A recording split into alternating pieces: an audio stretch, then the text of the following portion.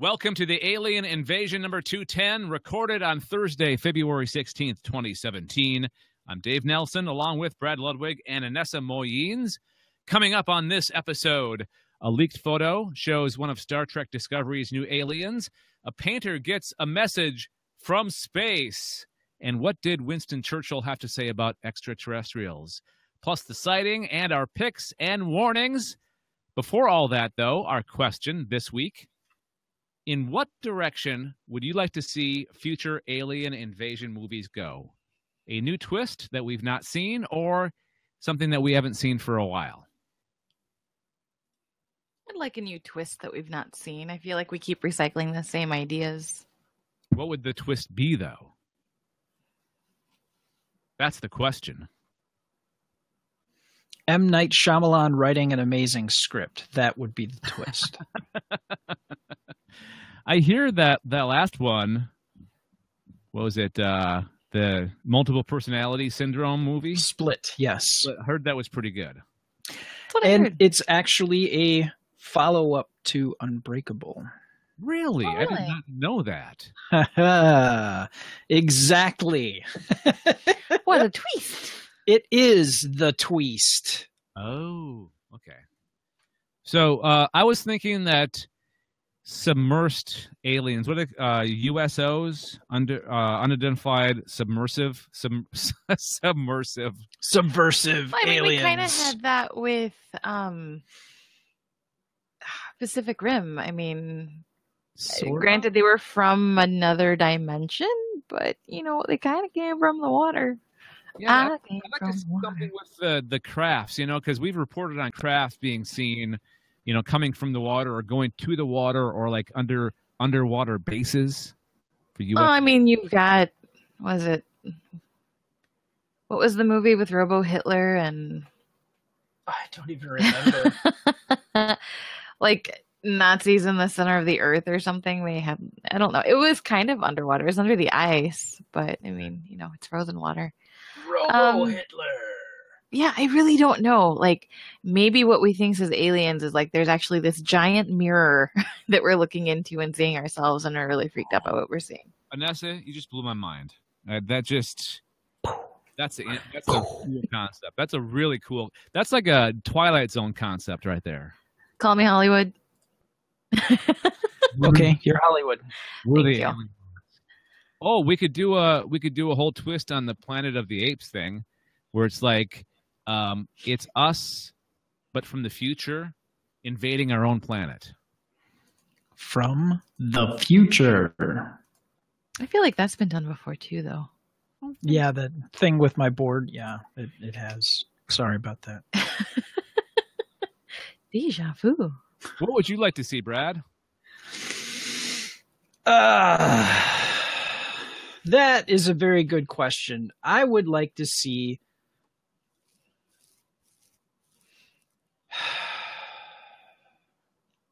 aliens that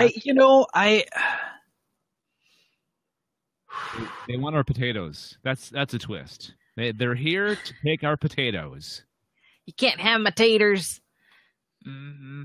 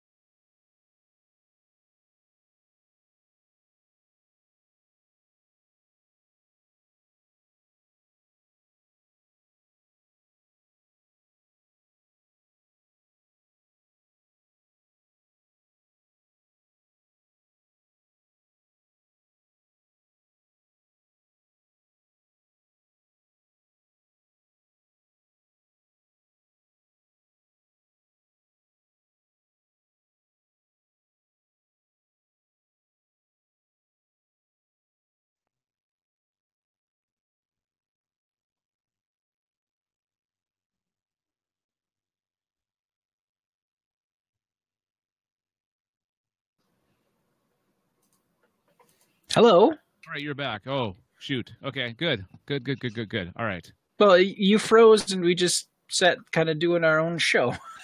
I was like, oh, I will talk about searching for glasses on the internet. So then I refreshed the browser and here we are.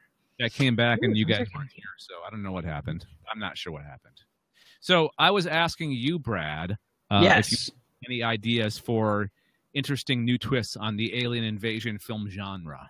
And I said I had frick all.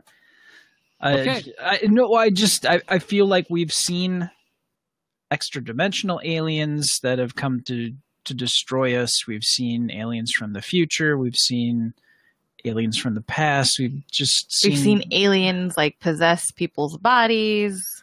I've seen aliens possess people's bodies. Up close and personal, for reals. Oh, yeah. And I honestly, I can't think of anything new or exciting that could be done at this point. Okay, how about some aliens that want to do a podcast about humans, and they call it the Human Invasion Podcast. Well, they're made of meat. The only problem with that is we don't have interstellar travel yet, so it'd have to be us from the future. From the future. They're aliens on the moon because we've been there. And done that.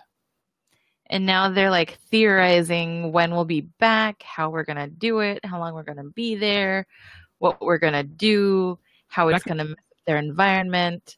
That would be a cute little like animated children's story. Like, because just as the last Apollo mission was leaving, they come running out and they're like, wait, we're here. And they've been sitting there up on the moon the whole time waiting. Hello. Oh, I'm sad now thinking about that. I'm sorry. I have ideas, and one of them's kind of sad. All right, let's wrap up the question. There you go. Let's move on to our first story, and it is Brad's. Brad, what do you got? What? I have something very interesting that was sent my way by you, Dave, about Winston Churchill, of all people. And it turns out, well, Winston Churchill was always interested in science, and he actually had a science advisor that he employed when he was prime minister. But his love of science actually caused him to pen something that had been, type something that had been lost to time, but recently rediscovered. Here we go. A newly unearthed essay by Winston Churchill reveals he was open to the possibility of life on other planets.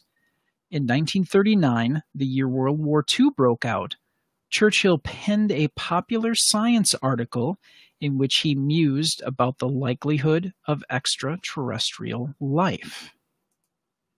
The 11-page typed draft, probably intended for a newspaper, was updated in the 1950s but never published. In the 1980s, the essay was passed to a U.S. museum where it sat until its rediscovery last year. That's kind of a tragedy. The document was uncovered in the National Churchill Museum in Fulton, Missouri, by the institution's new director, Timothy Riley. Mr. Riley then passed it to the Israeli astrophysicist and author Mario Livio, we're going to go with that pronunciation, who describes the contents in the latest issue of Nature Journal. Churchill's interest in science is well known. He was, as I said before, he was the first British prime minister, to employ a science advisor, who was Frederick Lindemann, and met regularly with scientists such as Sir Bernard Lovell, a pioneer in radio astronomy. This documented engagement with the scientific community was partly related to the war effort, but he is credited with funding UK laboratories, telescopes, and technology development that spawned post-war discoveries in fields from molecular genetics to X-ray crystallography. Despite this background, Dr. Livio described the discovery of the essay as a great surprise. He was quoted as saying, "I would like you to take a look at some." Oh, okay. So he was being interviewed by BBC's Inside Science program, and he said to them, "I would like you to take a look at something." He gave me a copy of this essay by Churchill, and I saw the title, "Are We Alone in the Universe?" And I said, "What? Churchill wrote about something like this?" Dr. Livio says the wartime leader reasoned like a scientist about the likelihood of life on other planets. Let's see. Now, his writing kind of mirrors some of the modern arguments in astrobiology, which is the study for life on other planets. And he firmly believed that human life shouldn't be unique in the vastness of the universe. He defined life as the ability to breed and multiply, and noted the vital importance of liquid water, explaining all living things of the type we know require it. More than 50 years before the discovery of exoplanets, he considered the likelihood that other stars could host planets, concluding that a large fraction of these distant worlds would be the right size to keep their surface water and possibly an atmosphere of some sort. And he also surmised that some would be at the proper distance from their parent sun to maintain a sustainable temperature, which means he had kind of reasoned, maybe on his own, but the Goldilocks zone whole concept, which is used very much in discovering exoplanets and trying to determine whether or not there could be life on that planet. Let's see. We're going to skip ahead. Churchill was a prolific writer. In the 1920s and 30s, he penned popular science essays on topics as diverse as evolution and fusion power.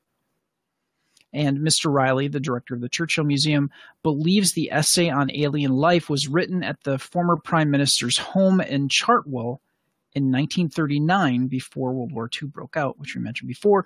It may have been informed by conversations with the wartime leader's friend, Lindman, who was a physicist, and might have been intended for publication in the News of the World newspaper. It was also written soon after the 1938 U.S. radio broadcast by Orson Welles, dramatizing the War of the Worlds by H.G. Wells. The radio program sparked a panic, which is debatable, when it was mistaken by some listeners for a real news report about the invasion of Earth by Martians. Dr. Livio told BBC News that there were no firm plans to publish the article because of issues surrounding the copyright.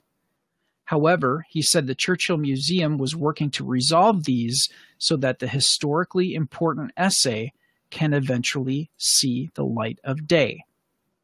And the story came to us from BBC.com. That's so there you go. He doesn't seem like, to me, he didn't seem like the kind of person that would be all sciencey. Because you think of Winston Churchill as this big guy wearing a certain kind of hat, puffing on a stogie. You think of him as a wartime prime minister. You don't think of him in any other way, really, unless you have done your reading or know about his past history and what he was all about. Yeah, I could see that. But in going through what I remember in history classes and in documentaries and things like that, he was a very well-reasoned individual.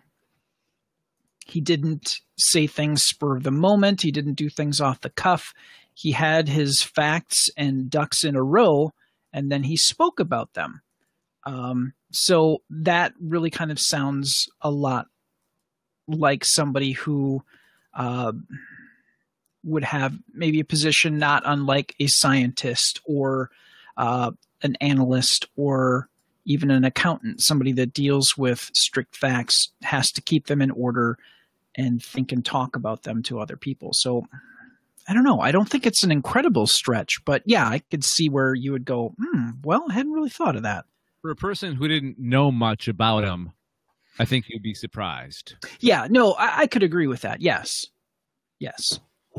I wonder how many other people came up with the idea of the Goldilocks zone. Like, I wonder if he was very unique in thinking that and other people knew about his idea for it, or he was just one of many people that figured it out. Yeah, that's a very good question. It would be really interesting to be able to look at some of the writing of the time and be able to try to make that comparison and figure that out. The best way to figure that out. And we didn't really know much about interstellar things back then. You know, that was a time when we still thought there might be life on Mars. Sure. Yep. Interesting. Well, that's cool. That's like a big revelation. This is really cool.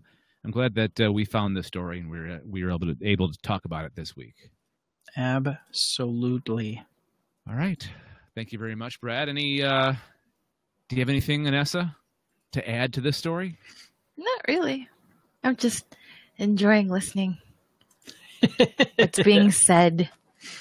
Just like our listeners. You're a listener. Yes, I'm a listener / participant. In more ways than one. That's how I got on the show. It's very true. Do me a favor. Mm-hmm.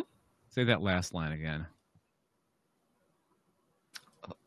That I'm a listener and a participant. Yeah.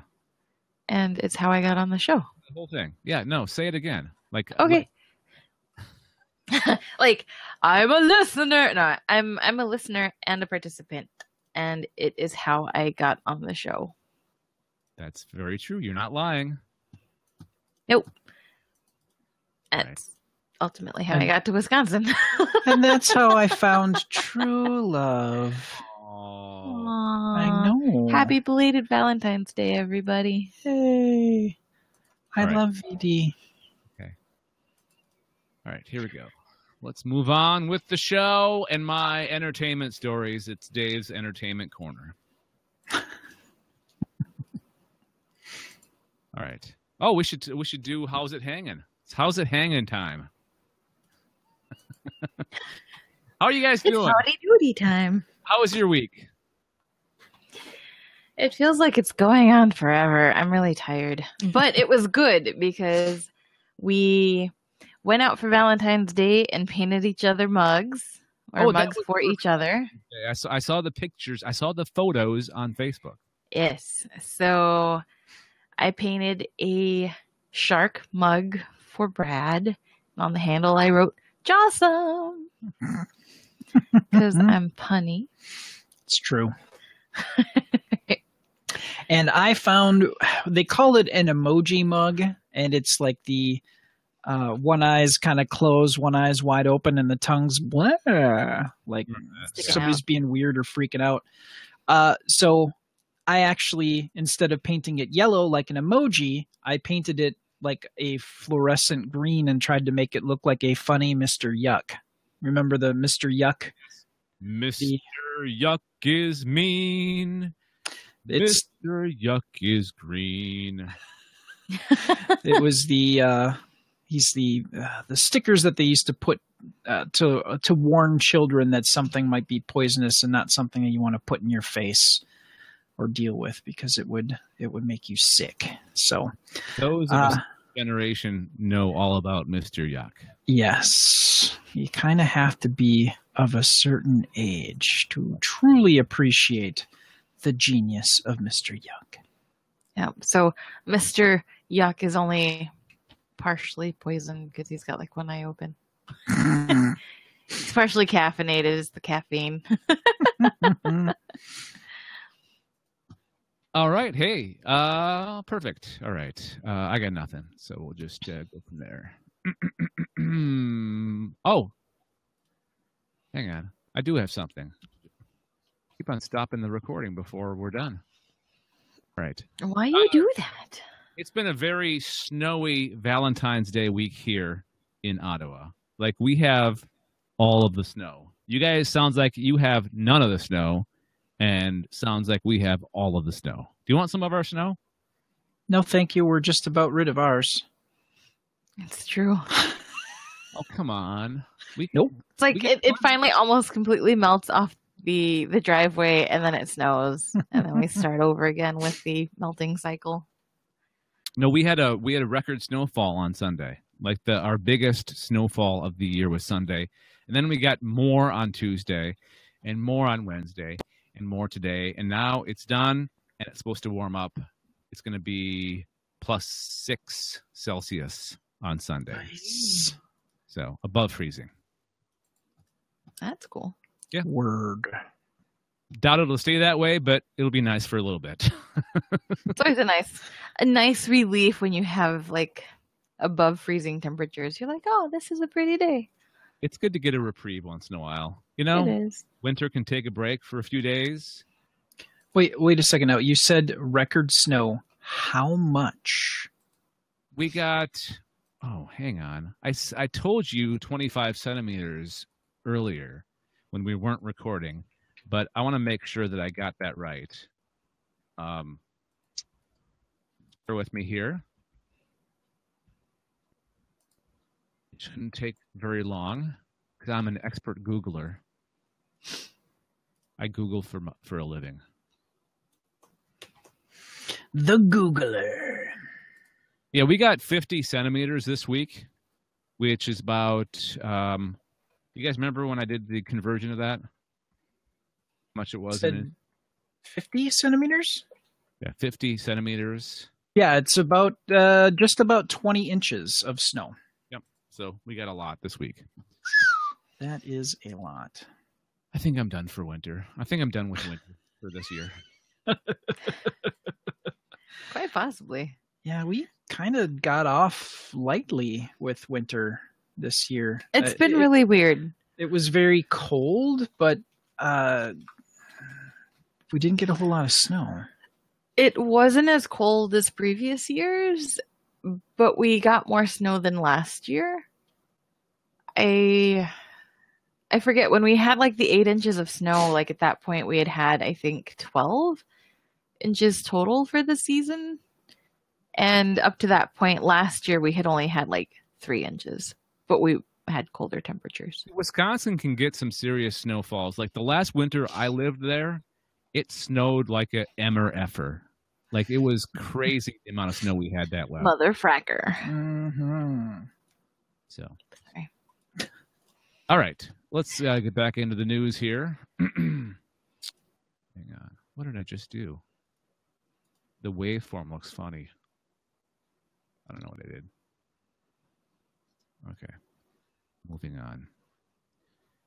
All right, so are you guys familiar with the Predator, the new version of the Predator that Shane Black is making? I heard a little something about it. I have a feeling that the movie's going to take place during winter, or during Christmas, sorry. Why do you say that? Because Shane Black's movies usually take place around Christmas. Oh, I didn't know that. Yep, that's kind of that's a theme. Well, did you know that he was in the original Predator? Like he was in it? He was an actor? I did not know that. Yeah. Before he was a director, he was an actor and he was in the original Predator. So it's kind of neat that he's doing this reboot. And we may know who the people are that are going to be in those suits playing the actual Predators. IMDb just added stuntman Kyle Strotz. He did some work on The Cabin in the Woods to the cast of The Predator. He's listed as playing Predator. Seems pretty straightforward. Pretty self-explanatory. Strotz, who measures 6'9", is from Vancouver, where the film is set to be shot. The site also reports that fellow stuntman Brian A. Prince, Captain America Civil War, he did some stuff. I don't know what he did in that movie, but he did some stuff in that movie. Will also perform inside one of the new Predator suits. The 6'10" Prince recently mentioned on his social media accounts that he's in Vancouver filming a secret project. Bum, bum, bum. Filming for The Predator will begin, it's supposed to begin filming this month, and it'll be released on February 9th. There's also rumors circulating that there's a brand new Predator in The Predator, a bigger one that we've never seen before. They say it's supposed to be 10 feet tall. Oh, wow. 10-foot tall Predator. So that's big. That's a huge one. That's huge. That's bigly. That's when you run inside a hobbit hole. Yep. Too tall to Hobbit enter. hole. See, that's right. Something that is sized very small that makes it seem like it's so much bigger. All right, I got one more entertainment story for you guys. I wanted to ask you, are you looking forward to seeing The Predator? I don't know. I'd like to see like a trailer before I decide. Get a feel for it. You got to be kind of encouraged, though, that Shane Black is on board this. He's the one doing this. What movies has he done? I forget. Lethal Weapon, Iron Man 3. Okay. Oh, Lord. The ones I have stuck in my head. Let's see. He did the original Predator. He did Kiss Kiss Bang Bang, which is awesome. Last Boy Scout, Last Action Hero. Oh, Lethal Weapon 2. RoboCop 3.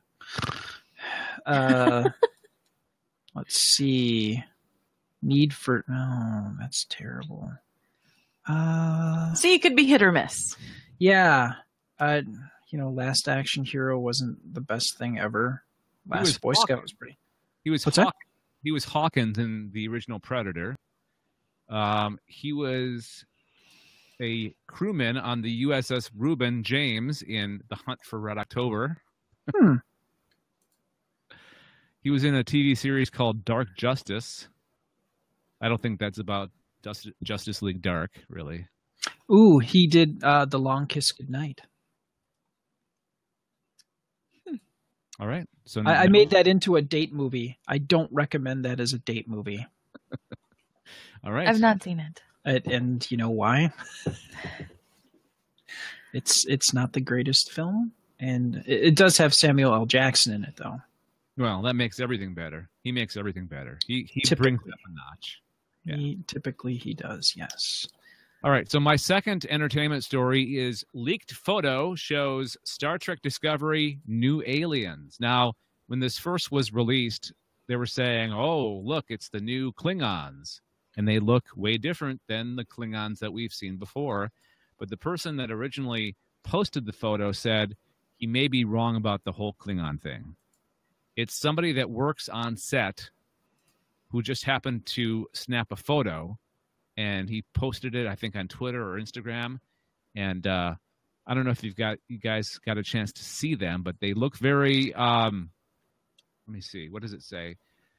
The shape of their heads make them seem more otherworldly than the Klingons that we've become accustomed to. So they have necks, they have long necks, and very little hair, if no hair, from the pictures. This comes from thenerdist.com.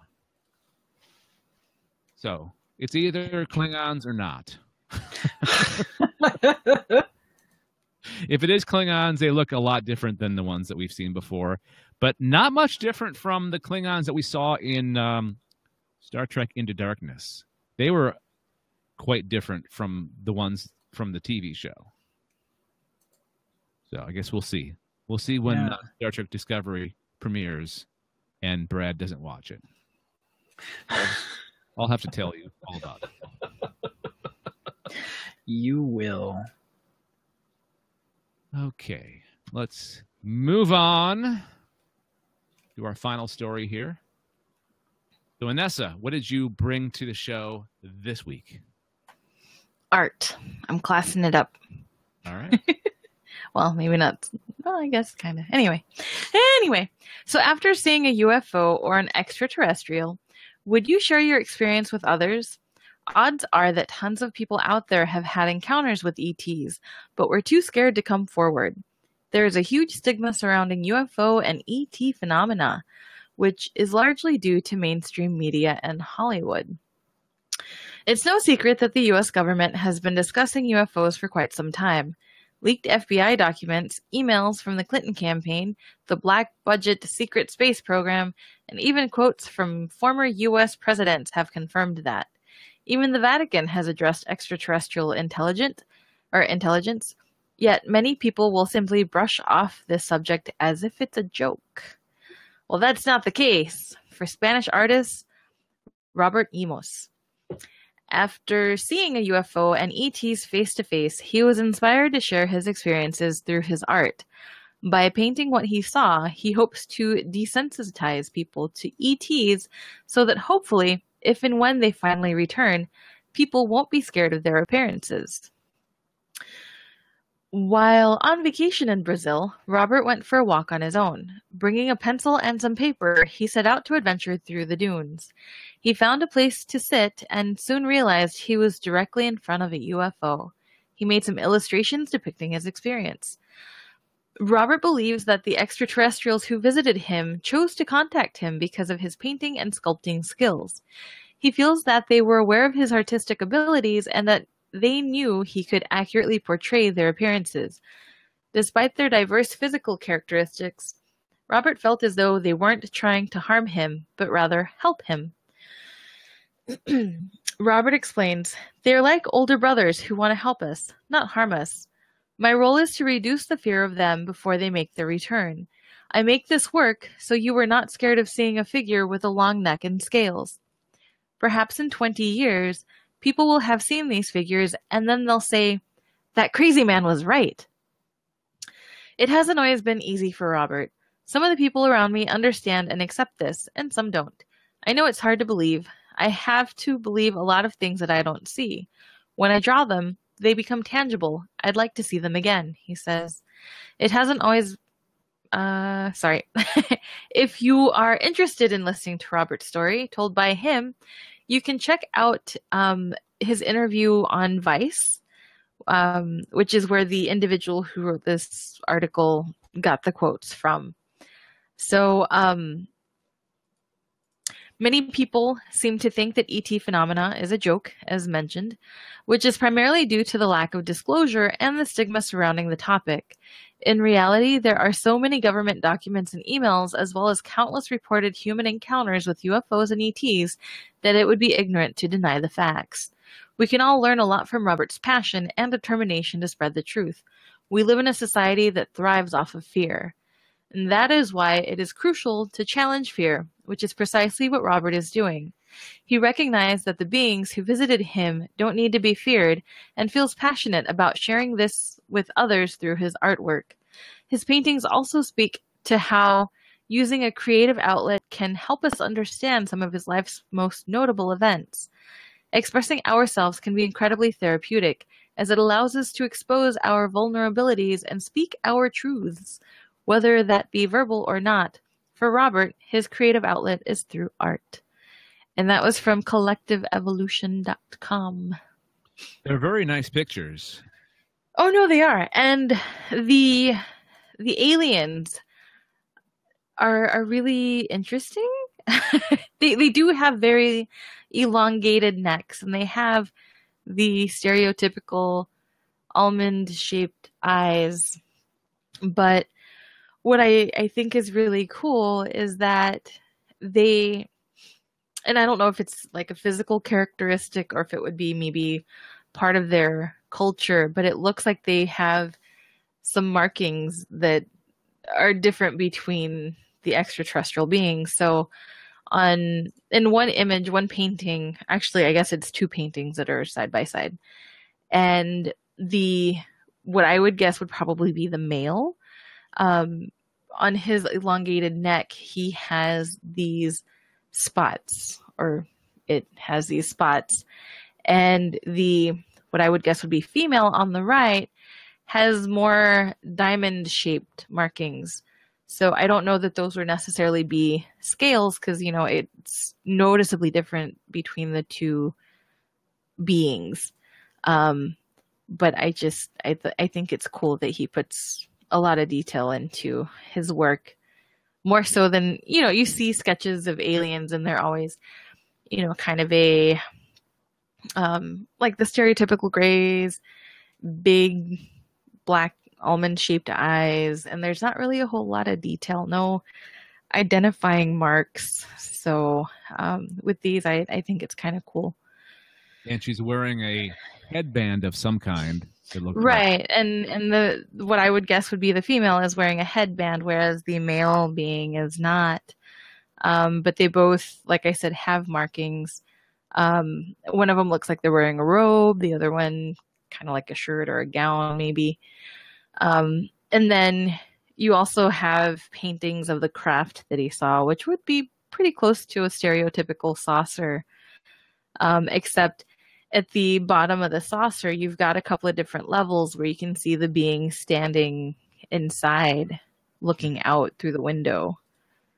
And I like how it's almost chronological, like he painted it as it was coming down, because the first painting is the craft way up in the sky. And then the next one is closer to the ground. And then he shows, or the next painting is a portal or a window in the craft, and you see the two aliens. Then you see them up closer. Then you see them really close up. Right. It's kind of neat, the progression of that. So if you've not checked out Robert Yimos's art in general, it's pretty cool. Just do a Google search. There are videos, but most of them are in Spanish. But there are some with subtitles or that, you know, have been translated. So yeah, I would check it out. It's pretty cool. All right. Thanks, Inessa. Mm-hmm. All right. Let's move on to sightings. A good one this week. What did I just do? Okay. Testing 1, 2. Okay. All right. So the sighting that I grabbed this week is an older one. As you guys know, when I do the sighting, I like to kind of do historical incidences. And this one comes from December 29th, 1980. It's called the Ash-Landrum incident. And this happened in Texas. While driving through the southern tip of the East Texas piney woods, north of Houston, Betty Cash, Vicki Landrum, and Vicki's 7-year-old grandson, Colby, came upon a huge diamond-shaped object just above the trees and 130 feet away. Cash hit the brakes, and she and Landrum stepped outside. I hope they stopped first. It said hit the brakes, and they stepped outside. So, they noticed intense heat. Their faces felt as if they were burning. When Vicki re-entered the car and touched the dashboard to steady herself, she left a hand print. So basically, her hand was so hot that it either, I don't know what handprint means. Does that mean that the dash melted, or it was just like maybe moisture from her hand being hot? I'm not quite sure.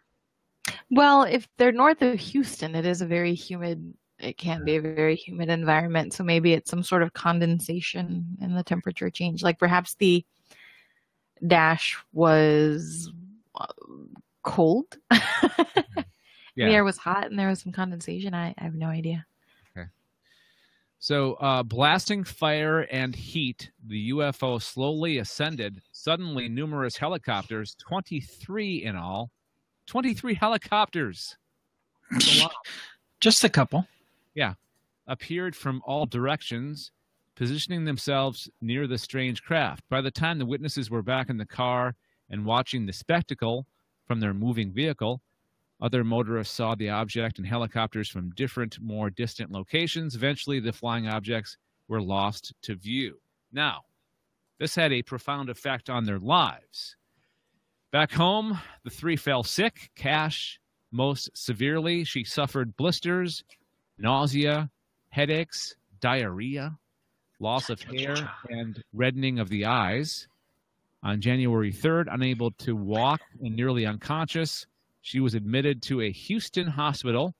Vicky and Colby were experiencing the same symptoms, though less severely. The witness's health problems continue to this day. On September 1991, Cash's personal physician, Dr. Brian McClelland, told the Houston Post that her condition was a textbook case of radiation poisoning. I was going to say. Yeah. Comparable to being 3 to 5 miles from the epicenter of Hiroshima. Jesus, what? It's crazy. For years, the three have pursued their case through the courts, seeking answers and redress. I don't know what that means. Redress? Redress. What does that mean? Compensation? Okay. All right. But officially... Or it's either... hang on.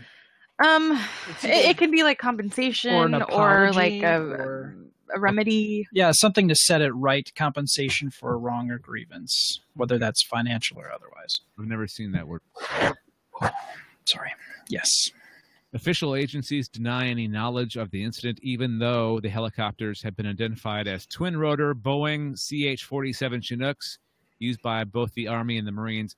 I've been inside one of those, and I've been around them, and there's no way there was 23 Chinooks in that small space. There's no way. Maybe they had double vision. Triple vision. Well, you get exposed to a whole lot of radiation. Who knows what it does to you? Yeah. Exactly. So it's an interesting case. You don't hear too much about people that actually have physical side effects from being around a UFO.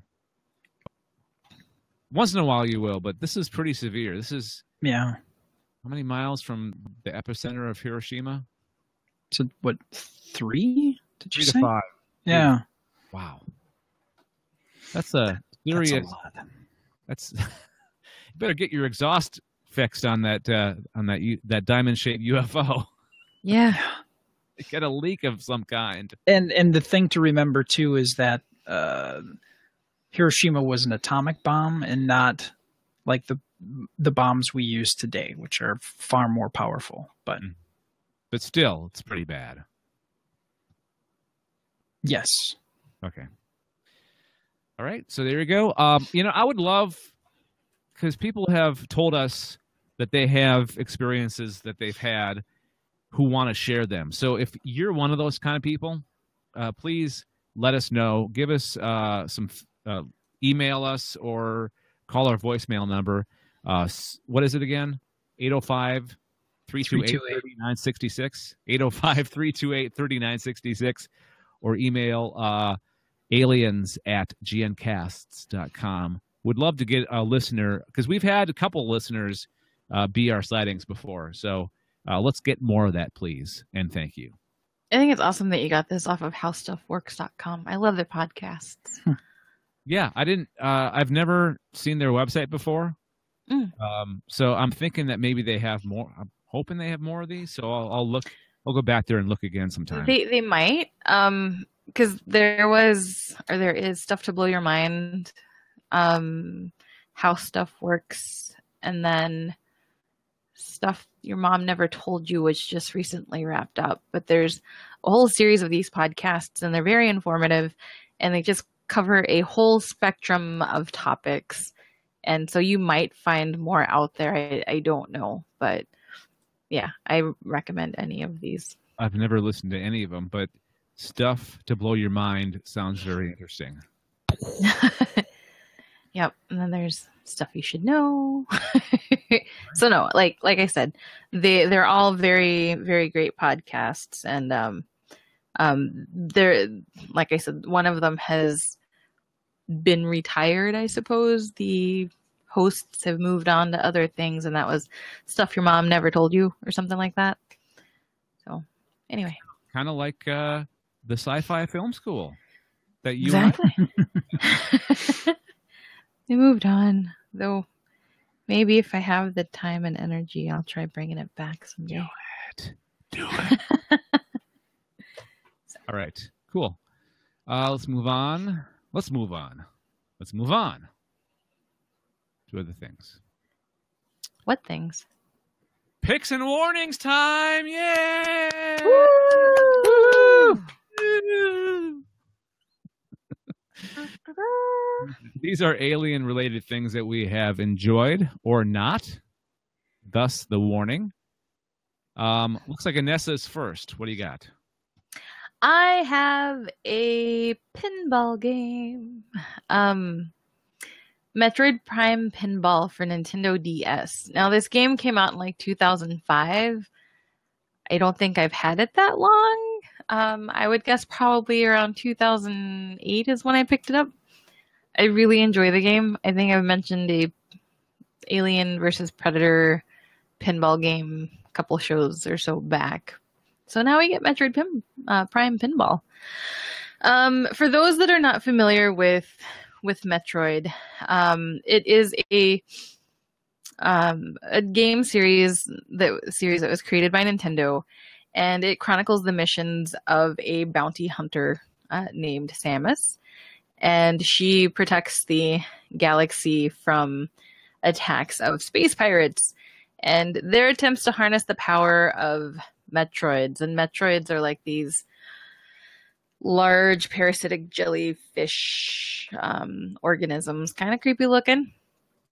And so there's a whole bunch of games out there that have been created over the years for Metroid. And Samus is kind of a badass, and they've turned her into a pinball game. But they actually did a really good job of doing so, I think. Because you do get to encounter different locations and creatures and stuff that you come across in the video games. So it's very relevant in trying to bring in familiar items, themes. There is kind of a story that you can play through to where you do go and battle the Metroid Prime. And so, yeah. Like I said, I really enjoy the pinball game. I think they do a really good job of capturing the essence of pinball. It wasn't just something where they were trying to like, hey, let's try to make more money, which I'm sure part of it was, but you know, they did a really good job in bringing it to life. And it's kind of cool because there's certain points in the game, depending on how you can get Samus to roll around. And that's the other thing too, is Samus can morph into she has the ability to morph into like a sphere. So it's not completely far-fetched, like, oh my gosh, they've turned her into a pinball. Because I mean, I've played other games like Pokemon Pinball and Super Mario Pinball, and they don't really turn Mario into a pinball, if I remember correctly, but they still have characters and stuff, and they've got Pokemon that you can collect in the Pokemon Pinball. Still my favorite is Pokemon Pinball. It's totally awesome. But that was for the Nintendo SP, I believe. But anyway. So yeah, Metroid Pinball for the Nintendo DS. I would see if you can do a quick Google search and see if you can find it and purchase it and play it if you enjoy Metroid games. Or you can go to the link in the show notes for more information. You could. So this is definitely a pick, not a warning, right? No, it's definitely a pick. And the other thing that I like is because it is for the DS. So, you know, with the various incarnations of the DS, you have the split screen. And so it does carry from the bottom screen to the top screen is one, you know, like it's the face of the pinball machine. So you're not limited to like a tiny little screen, which actually makes it kind of nice. And then the gap between is just kind of a dead space. It doesn't interfere with the gameplay or anything at all. I broke it out today. I went on my quest to find Metroid Pinball because I'm like, I haven't played that in a while. So I broke it out and played it for a little bit this afternoon. So how'd you do? I've done better. A little rusty. No, I actually did pretty good. like I've played other pinball games lately, and I think I did a lot better with the Metroid pinball. Maybe I was just having like a really good day today, but yeah. And you can tap on because the bottom screen of the DS is a touch screen, so you can actually tap on the screen to do the tilt thing, which I never really do the tilt because then it gets weird. And even pinball machines in real life, I don't tilt. I'm not that kind of girl. The big question is, how many flying saucers does Metroid Prime Pinball for Nintendo DS get? I'm going to give it 5. Whoa! Damn. 5. My girl. Because I've had it forever and I still play it. All right. It's like clearly I don't hate it. Clearly, yes. So. All right. There we go. Great pick. Great recommendation. Thank you, Nessa. Mm-hmm. My pick, it's definitely a pick, is The Colony Season 3. Or, excuse me, Colony. It's not, there was a show called The Colony. That's not it. This is just Colony Season 3. In the States, it's on USA. I forget what channel it is on here in Canada, but it doesn't matter. No matter where you can get it, it's good. You should watch it. It stars Josh Holloway, who you may know from Lost and that other weird show he was on for a while that did terribly. Also, Laurie from The Walking Dead is in it. And the guy that plays that general, who has played that general, I forget his name, on Agents of S.H.I.E.L.D. Oh, General Talbot? Yeah, I forget the actor's name, but he's like a character actor. He's in a lot of things, and he's also in this. I talked about season 1 last year when it premiered. I used it as my pick, so this is just kind of an update on where the show is at now. They're back for season 2, and they're revealing more about the. Well, now we know it's aliens. At first, we didn't know it was aliens. It was they kept it very hidden for a while as to who was keeping. See, Colony is basically in the world of Colony. All the major cities in the world are like fenced off. They have big walls, or they have built great walls around their cities. They didn't make Mexico pay for them. Hey. Sorry, I just broke our rule. Sorry. We did. Pretend you didn't hear that. Oh, we're done. We're moving on. Okay. So they've been really good at explaining kind of more of the mythology of the show this season, kind of digging deeper into what's going on. Like they've shown places that weren't Los Angeles, because season 1 was just in Los Angeles. Los Angeles is kind of sectioned, like all the major cities in the world are like sectioned off into districts. And this is like Los Angeles. I forget what part of Los Angeles it is, but it's the nicer part of Los Angeles because they've shown the other part, and that's not so nice in this season. So they've they did flashbacks, and they actually, I think the first episode or maybe the second episode, they did a flashback to before the aliens arrived. So we saw it actually happen, which was neat. We didn't see that in season 1. They also revealed that there were people in cahoots with the aliens, like the rich and powerful of the world. Kind of, it was a conspiracy that they've been working with the aliens for a long time, even before they arrived. So it's basically the humans are in power, but not really. Like the aliens oversee everything, but the humans are in charge on the ground. And yeah, so I'm not going to tell you much more, because if you haven't watched the show, I'd be giving away way too much. Just know that it's a pretty good show. First season was more of a procedural, because Josh Holloway's character is a cop. Yeah. He works for the agency that's running the place. But at the same time, his wife was working for the resistance. So there's a lot of secrets that have yet to be revealed. He knows that she was working for the resistance, but he's going back to work after retrieving his son that was missing the whole entire season 1. But now his other son's missing, so they can't keep all their kids for some reason. But yeah, season 2 of The Colony. Check it out if you can. I'm going to give it 3 out of 5 flying saucers. Cool. All right, Brad, it's up to you. Bring it on home. Brad's not here, man. No, he's not. Was he taking care of the cats? Alex needed something, so we had to step away. Okay.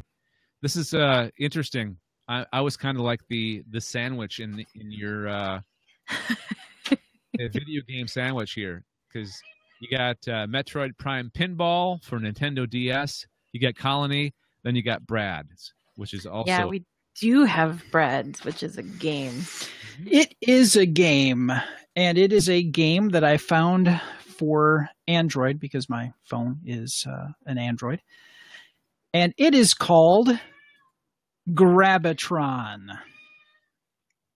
And our cat is insane. Yes, Furlock, thank you. And it is a game where you control an alien craft, and you are flying through. It's a side scroller, which is really kind of interesting. You're not playing over a flat plane. It is a side scroller, and you hold your phone horizontally, so lengthwise, and your right thumb is used for direction and speed of flying your craft, left, right, up, down.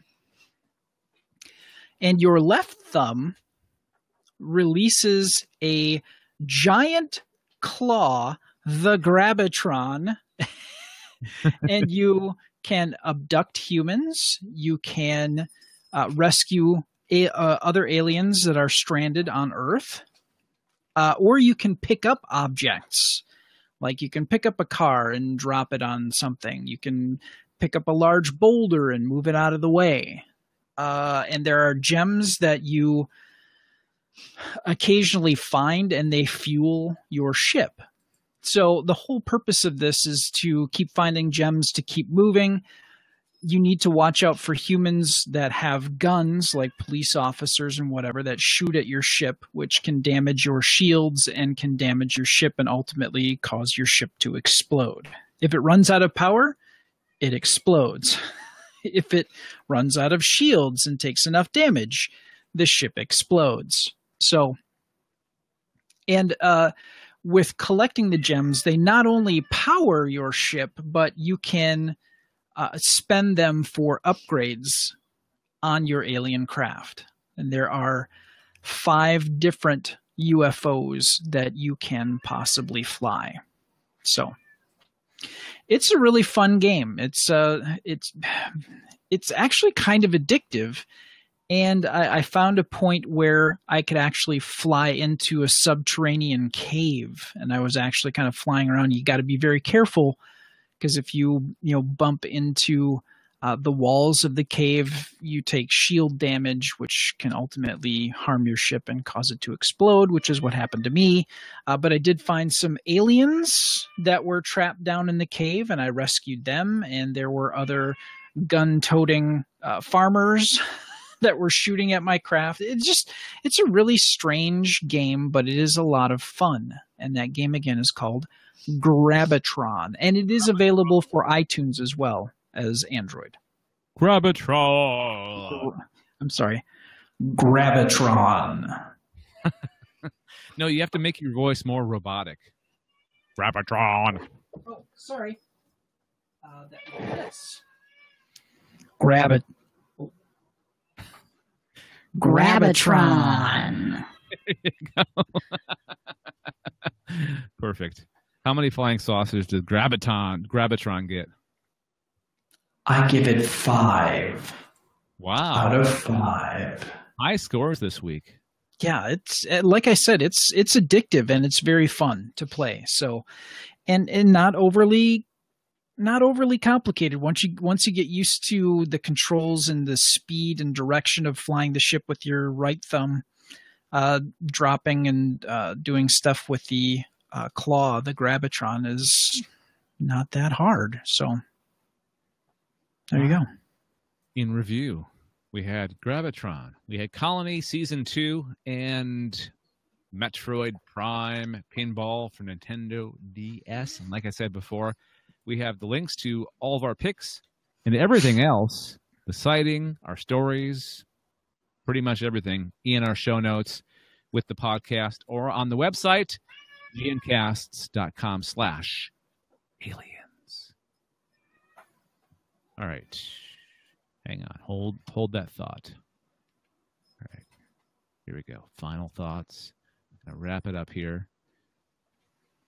So that's going to do it for this edition of the Alien Invasion, a Galactic Network podcast.